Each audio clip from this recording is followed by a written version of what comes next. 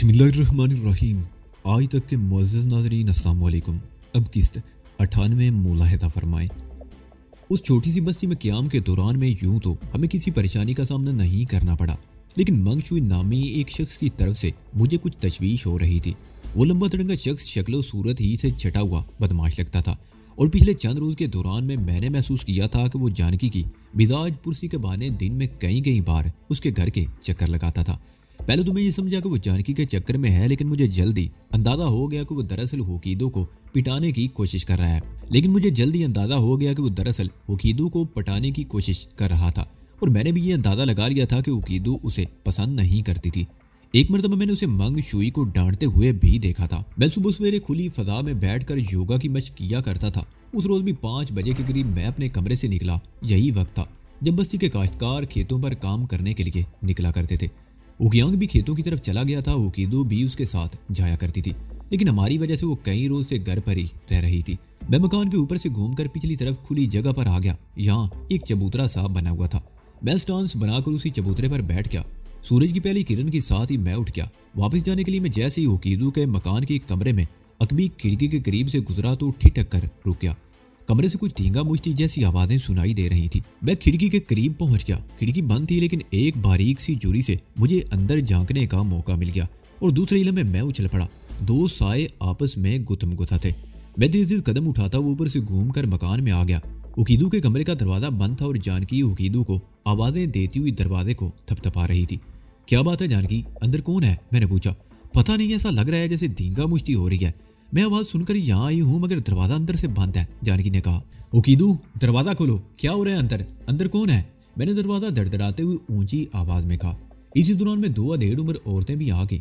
उन दोनों के सरों पर तिनकों से बने हुए चौड़े छज्जे वाले हैट थे और वो खेतों पर जाने के लिए अपने घरों से निकली थी, मगर शायद जानकी की मिजाज पुरसी के लिए इस तरफ आ गई थी। क्या हुआ, क्या बात है?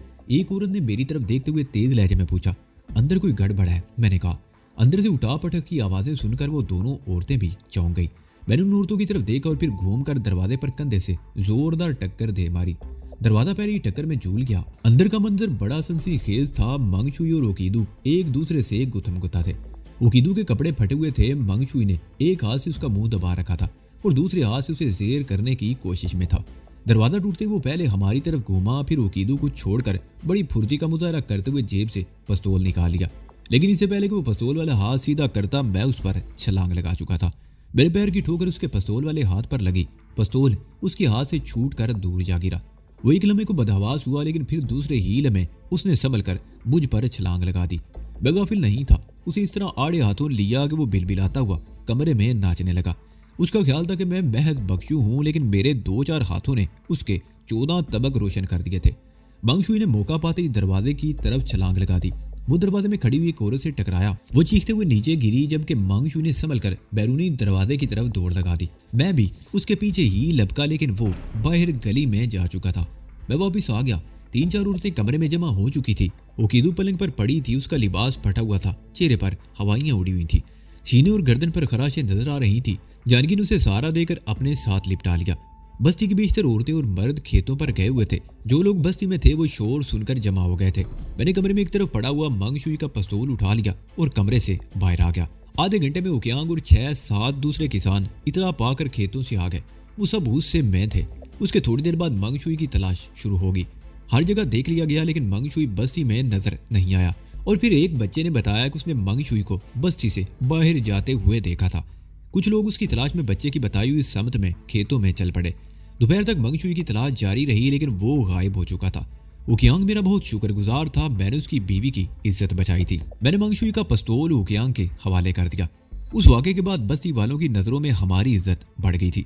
बस्ती के सभी लोग शुक्रिया अदा करने के लिए मेरे पास आते रहे।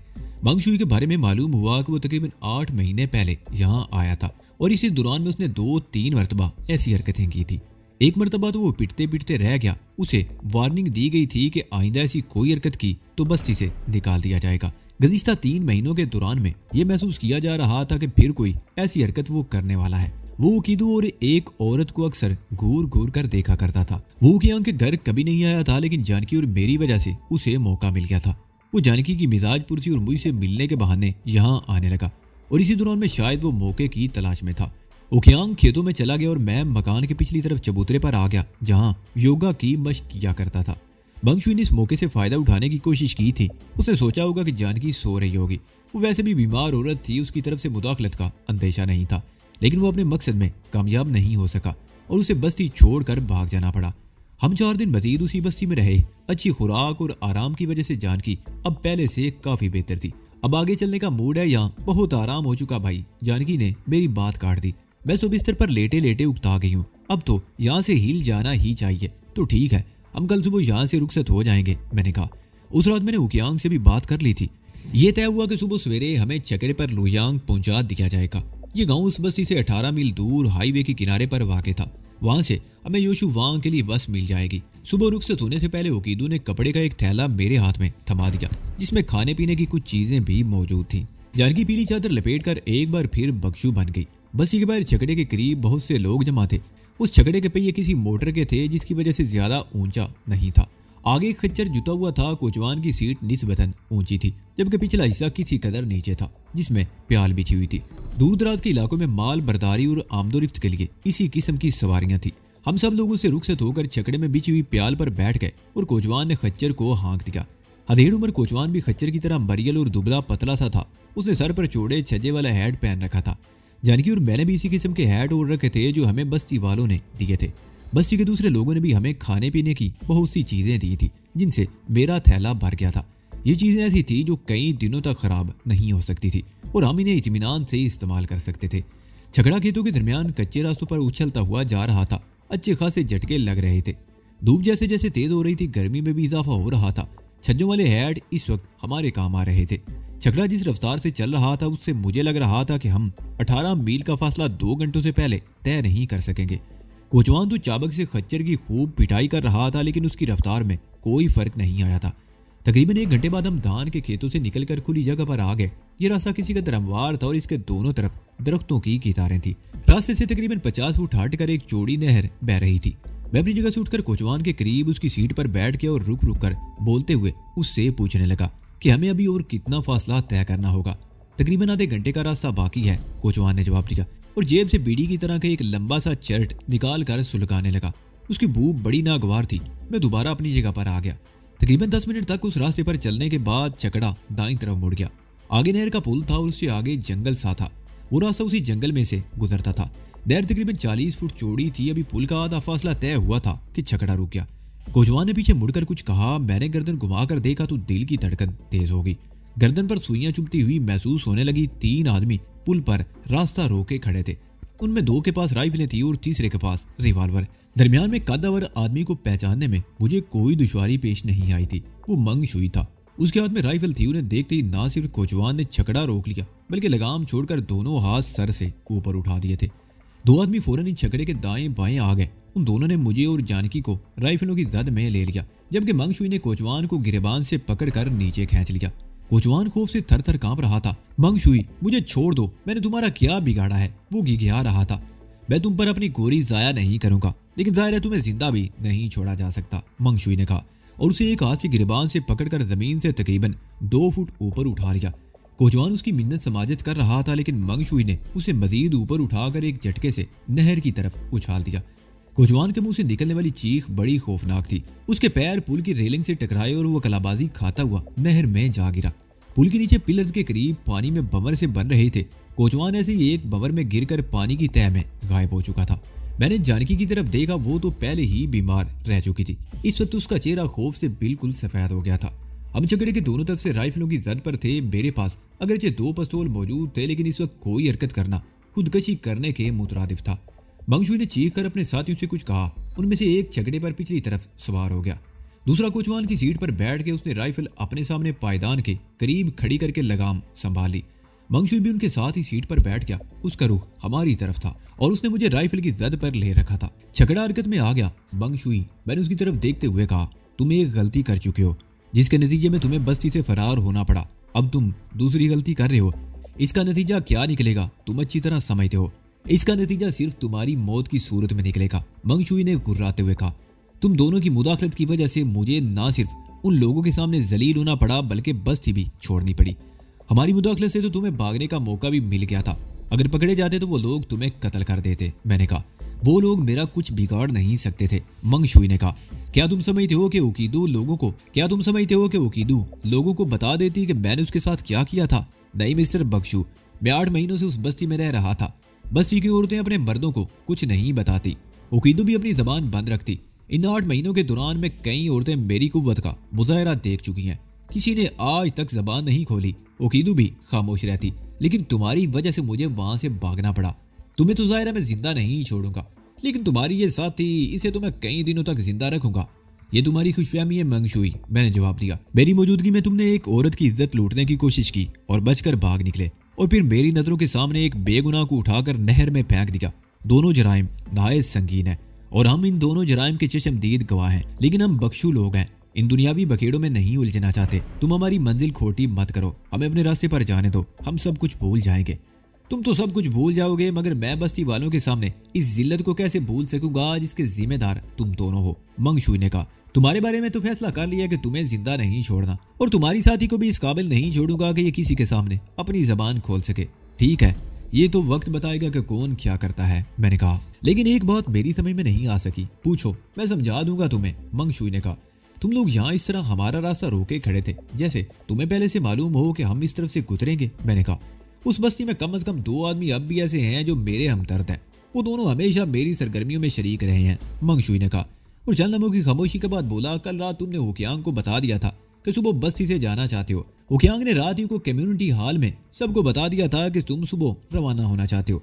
ये प्रोग्राम वहीं तय हुआ था कि तुम लोगों को चकड़े पर लो यांग छोड़ दिया जाएगा। मुझे रात ही को ये इतला मिल गई थी और मैं सुबह सवेरे यहाँ तुमका इंतजार कर रहा था। तुम हमें कहाँ ले जाना चाहते हो? मैंने पूछा। ज्यादा दूर नहीं, मंग शुई ने जवाब दिया। इसी जंगल में थोड़ा आगे एक महफूज जगह है जहाँ किसी की मुदाखलत का भी अंदेशा नहीं। मैंने जानकी की तरफ देखा, उसके चेहरे पर अब भी खौफ की पिलाहट थी। हम राइफलों की जद में बैठे थे। मंग शुई ने हमें अपने मंसूबे से भी आगाह कर दिया था। जाहिर ऐसी सूरत में मुतमईन कैसे हो सकते थे। खच्चर गाड़ी पुल से 2 फरलांग आगे जाकर जंगल में बाईं तरफ मुड़ गई। उस तरफ कोई बाकायदा रास्ता नहीं था, दरख्त ज्यादा गुंजान नहीं थे। खच्चर गाड़ी उनके बीच में घूमती जा रही थी। जानकी मेरे साथ बैठी हुई थी।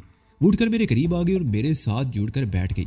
मैंने अपनी चादर में हाथ डालकर एक पिस्तौल निकाल लिया और गैर महसूस अंदाज में हाथ को हरकत देता हुआ जानकी की चादर में दाखिल कर दिया और पिस्तौल जानकी के हाथ में थमा दिया। अगर उसे मुझसे अलग कर दिया जाता तो वो कम से कम अपना दिफा तो कर सकेगी। खच्चर गाड़ी तकरीबन आधे घंटे तक जंगल में चलती रही और बिलाखिर एक खंडनुमा छोटी सी इमारत के सामने रुक गई। ये भी गालबन कोई बुद्ध इबादत गाह थी जो खंडरों में तब्दील हो रही थी। मंग शुई अपनी सीट पर बैठा रहा और उसके दोनों साथी गाड़ी से नीचे उतर गए और राइफलों की दल पर लेकर हमें भी नीचे उतार लिया। ये तुम्हारे गुरु बुद्ध की इबादत गाह है, मंग शुई ने गाड़ी से उतरकर मुझे धक्का देते हुए कहा। या तो अब बुद्ध का मुजस्समा भी नहीं रहा, लेकिन तुम्हें मौत के घाट उतारकर इस चबूतरे पर इस तरह बिठा दिया जाएगा कि बरसों बाद अगर कोई बख्शू इस तरफ आ निकला तो तुम्हारा ढांचा देखकर हैरान जरूर होगा।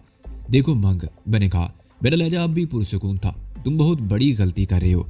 एक जुर्म को छुपाने के लिए कई जुर्म करना पड़ते हैं। तुम रास्ते से भटक रहे हो। अब भी वक्त है, हमें यहाँ से जाने दो, हम सब कुछ भूल जाएंगे। अंदर चलो, अभी मैं तुम्हारी जबान बंद करता हूँ। मंग शुई ने मुझे एक और धक्का दिया। मरकजी हाल ज्यादा बड़ा नहीं था, सामने ही एक टूटा फूटा चबूतरा था। हाल की बाईं तरफ एक तंग सी रायदारी थी। वो हमें धक्के देते हुए उस रायदारी में ले गए। उस रायदारी के इख्तिताम पर हमने सामने 2 कमरे थे। दरवाजा किसी कमरे का नहीं था। मंग शुई जानकी को बाजू से पकड़कर खींचता हुआ दाईं तरफ वाले कमरे में ले गया, जबकि उसके दोनों साथी मुझे राइफलों की जद पर लेकर दूसरे कमरे में दाखिल हो गए और मुझे दाईं तरफ वाली दीवार के साथ खड़ा कर दिया। हम जिस जगह खड़े थे वहां से दूसरे कमरे में नहीं देखा जा सकता था। कुछ ही देर बाद दूसरे कमरे से कुछ ऐसी आवाजें सुनाई देने लगी जिससे मुझे अंदाजा लगाने में दुश्वारी पेश नहीं आई कि जानकी और मंग शुई में कुछ खींचातानी हो रही थी। फिर जानकी की हल्की सी चीख सुनाई दी। उसके फौरन ही बाद मंग शुई का जोरदार कहका सुनाई दिया। मैं दीवार के करीब खड़ा था, मेरी मुठियां भींची हुई थी। मेरे सामने खड़े हुए दोनों आदमी मेरी तरफ देखकर मुस्कुरा रहे थे। जानकी की 1-2 दबी सी चीखें सुनाई दी और फिर मंग शुई की दहाड़ती हुई आवाज सुनाई देने लगी। वो चीखते हुए गालियां बक रहा था। फिर जानकी की एक और चीख सुनाई दी और उसके फौरन बाद फायर की आवाज गूंज उठी। मेरा दिल उछलकर हल्क में आ गया। मेरे सामने खड़े हुए दोनों आदमी भी उछल पड़े। उन दोनों ने एक दूसरे की तरफ देखा। उनमें से एक बड़ी तेजी से दरवाजे की तरफ लपका। अब मेरे सामने जो आदमी खड़ा था उसके हाथ में रिवाल्वर था। वो एक लम्हे को भी मेरी तरफ से गाफिल नहीं हुआ था। लेकिन ठीक 1 मिनट बाद दूसरे कमरे से अपने साथी की चीख सुनकर उसने एक लम्हे को दरवाजे की तरफ देखा। अगर मैं इस मौके से फायदा ना उठाता तो दुनिया का सबसे बड़ा अहमक कहलाता। मैं खड़े खड़े अपनी जगह से उछला और हवा में उड़ता हुआ उसकी तरफ लपका। मैं दोनों टांगे जोड़कर हवा में उछला था, लेकिन उसके करीब पहुंचते ही मेरे दोनों पैर अलग हो गए। मेरा एक पैर उस शख्स के मुंह पर लगा और दूसरा पैर उसके रिवॉल्वर वाले हाथ पर लगा। वो ज़िबा होते हुए बकरे की तरह बिलबिलाता हुआ पिछली दीवार से टकरा कर गिरा। रिवॉल्वर भी उसके हाथ से निकलकर कमरे के कोने में जा गिरा। मेरे पास इतना वक्त नहीं था कि मैं उस तरफ जाकर रिवॉल्वर उठाता। उससे ज्यादा फुर्ती से मैंने अपना पिस्तौल निकाल लिया और संभलते ही दूसरे कमरे की तरफ दौड़ लगा दी। बंगशुई का दूसरा साथी कमरे के बस में सामने ही खड़ा था। उसने फर्श पर पड़ी हुई जानकी को राइफल की जद पर ले रखा था, लेकिन वो बहुत फुर्तीला और हाजिर दिमाग साबित हुआ। उसने फौरन ही देख लिया था कि कमरे में दाखिल होने वाला उसका साथी नहीं कोई और था। उसने बड़ी तेजी से अपना रुख बदला था, लेकिन मैं उससे पहले ही छलांग लगा चुका था। छलांग लगाते हुए मैंने बड़े जोर से यल भी किया था। हरीफ पर हमलावर होते हुए चिंगाड़ती हुई आवाज हरीफ पर दहशत तारी कर देती है। इस मर्तबा भी मेरे चिंगाड़ने का नतीजा खातर ख्वाह निकला। वो आदमी बदहवास हो गया। मैं उसके ऊपर गिरा तो उसकी राइफल की नाल मेरे बाजू के नीचे से होती हुई पीछे निकल गई थी। उस शख्स ने ट्रैगर दबा दिया। राइफल से निकलने वाली गोली सामने वाली दीवार पर लगी थी। मैं उस शख्स के ऊपर गिरा था, लेकिन फौरन ही संभल कर पिस्तौल की नाल उसके खुले हुए मुंह में ठोंस दी। उसने एक बार फिर राइफल का ट्रैगर दबा दिया। गोली इस मर्तबा भी दीवार पर लगी। राइफल छोड़ दो, मैं गुर्राया, वरना पिस्तौल की गोली तुम्हारे गले में उतार दूंगा। उसने राइफल छोड़ दी। पिस्तौल की नाल उसके मुंह में ठुंसी होने की वजह से वो कुछ बोल भी नहीं सकता था। उसकी आंखें दहशत से फटी हुई थी और वो मेरी तरफ देख रहा था। इसी दौरान में अपने अकब में पिस्तौल के फायर की आवाज सुनकर मैं तेजी से पीछे मुड़ा। उसका दूसरा साथी, जिसे मैं फ्लाइंग किक लगाकर दूसरे कमरे में छोड़ आया था, अब वो दरवाजे में खड़ा लहरा रहा था।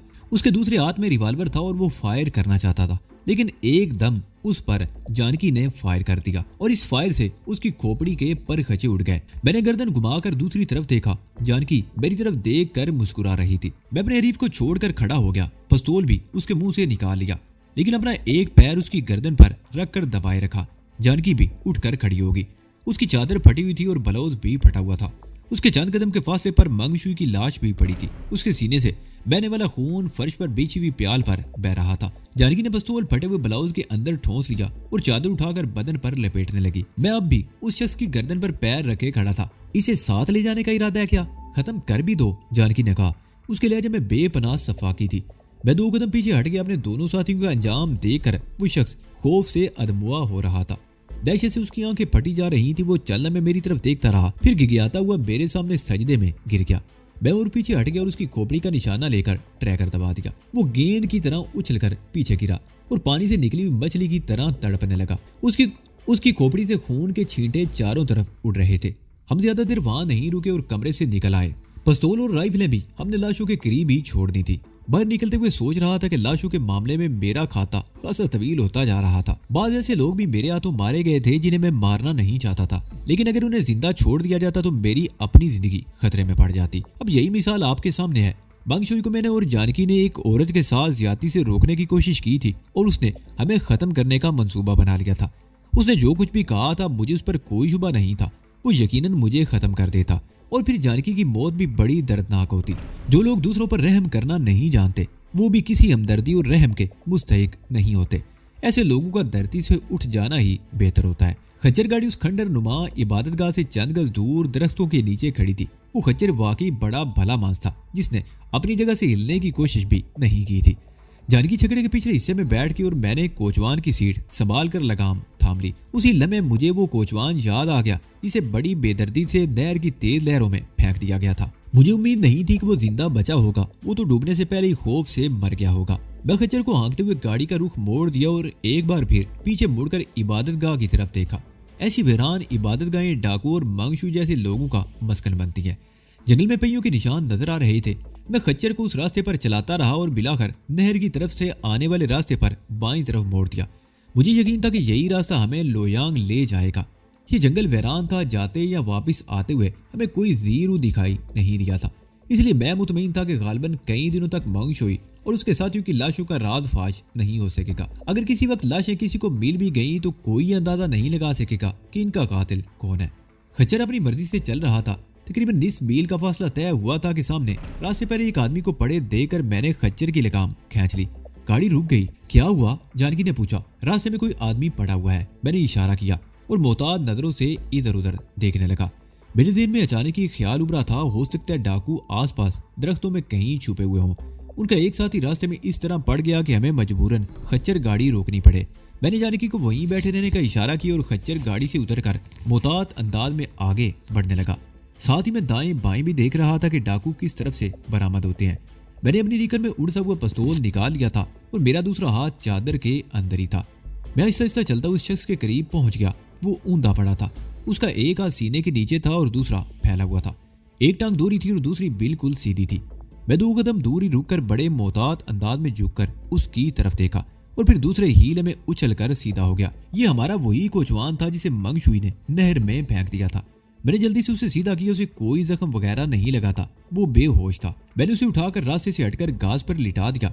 वो किसी तरह नहर में डूबने से बच गया था और बाहर निकलकर उयांग की तरफ जा रहा होगा कि बेहोश होकर गिर पड़ा। उसके कपड़े अभी तक गीले थे। मैंने जानकी को भी बुला लिया और हम दोनों से होश में लाने की कोशिश करने लगे। वो तकरीबन 10 मिनट बाद होश में आ सका। कुछ देर तक तो उस पर बदहवासी तारी रही। वो वैरान सी नजरों से इधर उधर देखता रहा। फिर उसके आवाज आहिस्ता आहिस्ता बहाल होने लगे। उसे जिंदा देखकर मुझे बहुत खुशी हुई। वो कहाँ है? उसने खौफजदा सी नजरों से इधर उधर देखा। वो लोग भाग गए, अब कभी नहीं आएंगे, मैंने कहा। हम तकरीबन आधा घंटा वहां बैठे रहे। वो बता रहा था कि पानी में गोते खाता हुआ तकरीबन 100 गज दूर किनारे की झाड़ियों में उलझ गया था। वो बड़ी मुश्किल से बाहर निकला। पहले नहर के किनारे पर बैठा रहा, फिर लोयांग की तरफ जाना चाहता था कि उस पर अनजाना सा खौफ तारी हुआ और वो बेहोश होकर गिर पड़ा। मेरे ख्याल में कोचवान को लोयांग ले जाना मुनासिब नहीं था। हो सकता है वहां किसी से कोई ऐसी बात कर देता जिससे हम भी फंस जाते, इसलिए हमने उसे वहीं से वापस भेज देना मुनासिब समझा। हमारा थैला छकड़े में ही पड़ा था। मैंने खाने पीने की कुछ चीजें निकाल कर उसे दे दी। उसने अपनी सीट पर बैठकर लगाम संभाली और खच्चर को मोड़कर उस पर चाबक बरसाने लगा। लोयांग 2 मील से ज्यादा दूर नहीं था। सड़क के दोनों तरफ ये ऐसी दई इबादी थी जिसका आप तसव्वुर कर सकते हैं। मकान ज्यादातर कच्चे थे। इक्का दुक्का 2 मंजिला और पुख्ता इमारतें भी दिखाई दे रही थी। सड़क के दोनों तरफ दुकानें थी। ये खासा मसरूफ हाईवे था। बस और माल बरदार ट्रकों की आमदोरफ्त ज्यादा थी। प्राइवेट गाड़ियां भी नजर आ रही थी। इस वक्त दिन के 12 बजने वाले थे। हम सुबह 7 बजे उस बस्ती से रवाना हुए थे। अगर रास्ते में मंगशुई वाली उफ्ताद ना पड़ती तो हम कहीं से कहीं पहुंच चुके होते। कई बसें आई और रुके बगैर गुजर गई और फिर जैसे ही एक बस रुकी हम तेजी से उसकी तरफ लपके। 2 आदमी और भी हमारे साथ इस तरफ दौड़े थे। बस से उतरने वाले मुसाफिरों की तादाद 3 थी। हमारे साथ दूसरे 2 आदमी तो बस में सवार हो गए, मगर कंडक्टर ने हमें रोक दिया और बस आगे रवाना हो गई। 3-4 मरतबा हमारे साथ ऐसा ही हुआ। 2 बसें तो ऐसी थी जिनमें कई सीटें खाली थी, मगर कंडक्टरों ने हमें सवार नहीं होने दिया।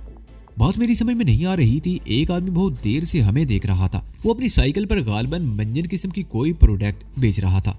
साइकिल के आगे टोकरी बनी हुई थी और हैंडल पर एक छोटा सा बोर्ड भी लगा हुआ था जिस पर चीनी जबान में कोई लंबी चौड़ी तहरीर दर्ज थी। 5वीं बस के कंडक्टर ने भी हमें धुतकार दिया। वो आदमी हमारे करीब आ गया। हमारे चेहरों से इतना तो वो समझ गया था कि हम चीनी नहीं हैं। वो हमें कुछ समझाने की कोशिश कर रहा था।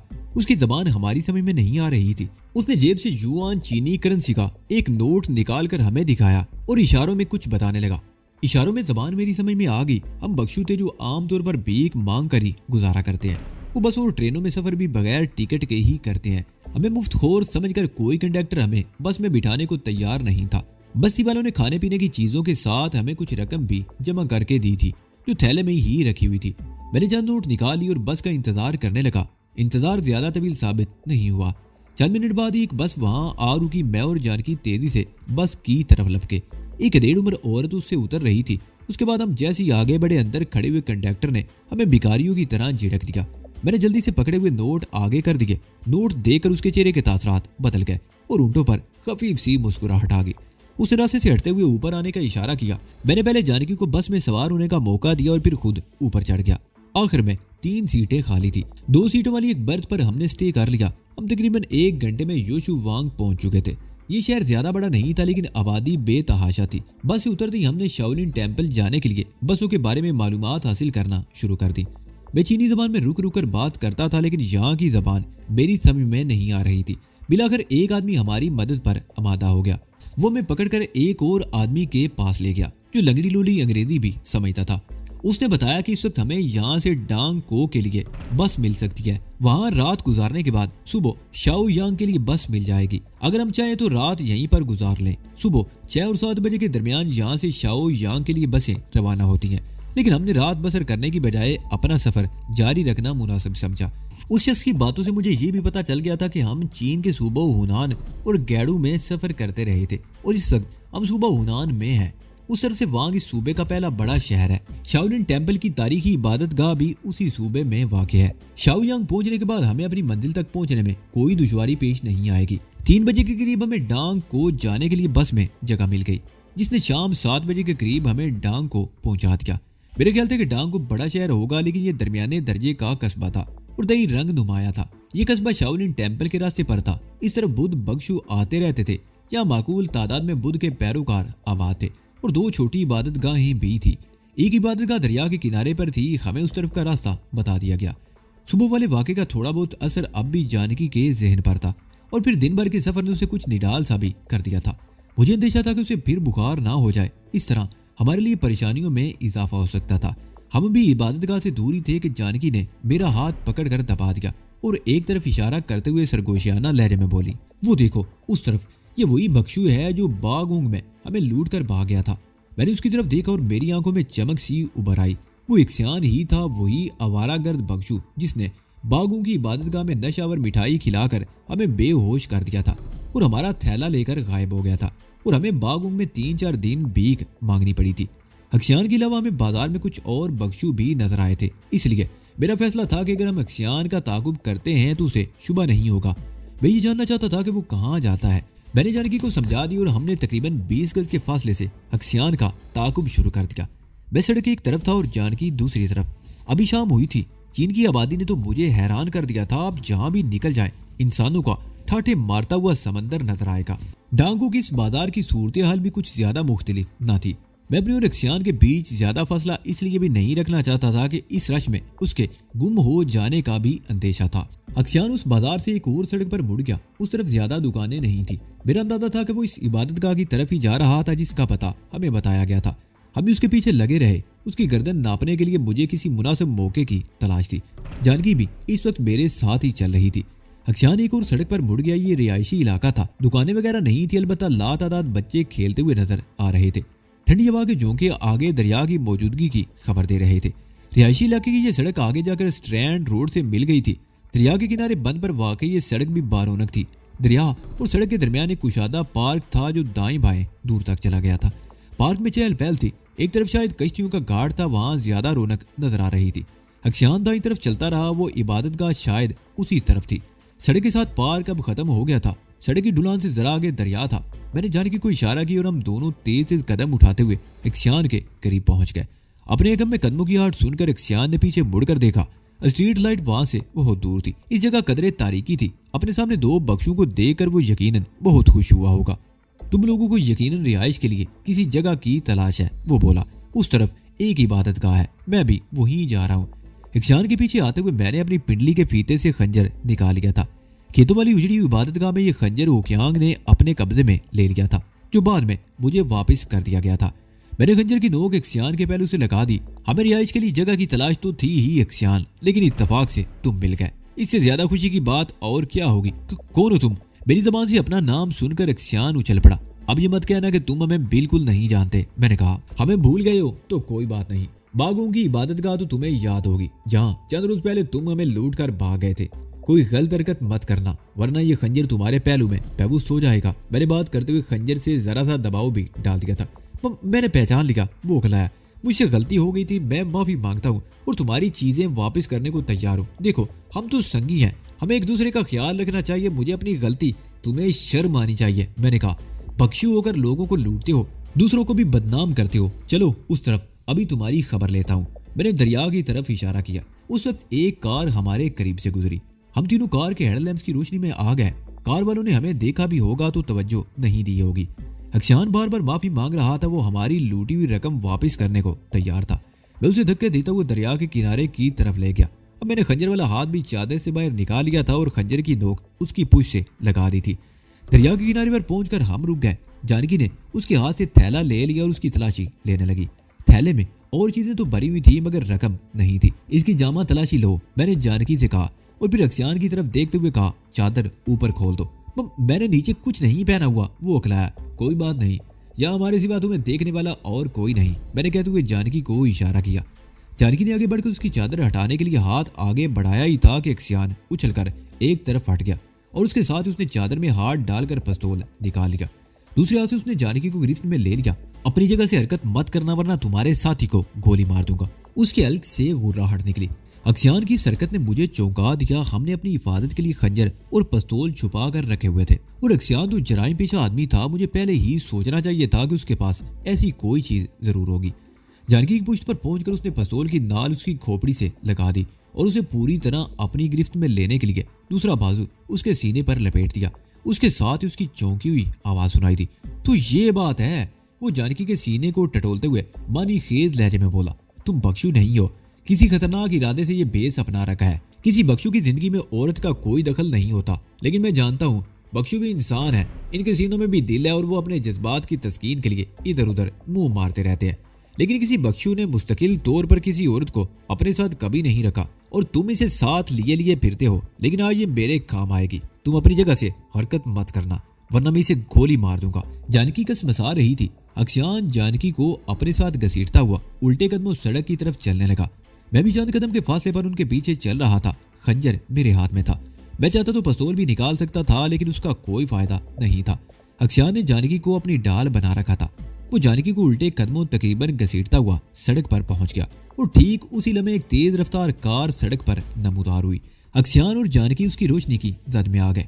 जानकी इस मौके से फायदा उठाते हुए एकदम नीचे झुक गई थी। अक्सियान भी जानकी के ऊपर से कलाबाजी खाता हुआ सड़क पर गिरा। जानकी ने उठकर भागने की कोशिश की, मगर अक्सियान ने गोली चला दी। फायर की आवाज के साथ ही सन्नाटे में जानकी की चीख भी गूंजी थी। वो लड़खड़ा कर रह गई। वो तेज रफ्तार कार सर पर पहुंच चुकी थी। ब्रेकों की तेज चिड़चिड़ाहट की आवाज फजा में गूंज गई। जानकी कार से टकराकर सड़क पर गिरी। कार भी रुक गई। मैं तेजी से आगे दौड़ा। अक्सियान इस सूरत से खौफजदा हो गया था। वो दौड़ता हुआ सड़क की दूसरी तरफ तारीकी में गायब हो गया। मैं हवा में उड़ता हुआ वहां पहुंचा। जानकी कार के आगे सड़क पर पड़ी हुई थी। मैं जल्दी से झुककर जानकी को देखने लगा। उसी वक्त कार का ड्राइविंग साइड का दरवाजा खुला और एक औरत नीचे उतरकर तेजी से हमारे करीब पहुंच गई। मैं जानकी को सड़क से उठाकर उसका सर अपने घुटने पर रखे उसे टटोल रहा था। इस वक्त मेरे दिमाग में धमाके होने लगे थे। मेरे ख्याल में जानकी को गोली लगी थी और वो कार से भी टकराई थी। जानकी, जानकी, मैं उसे हिलाते हुए चीखा।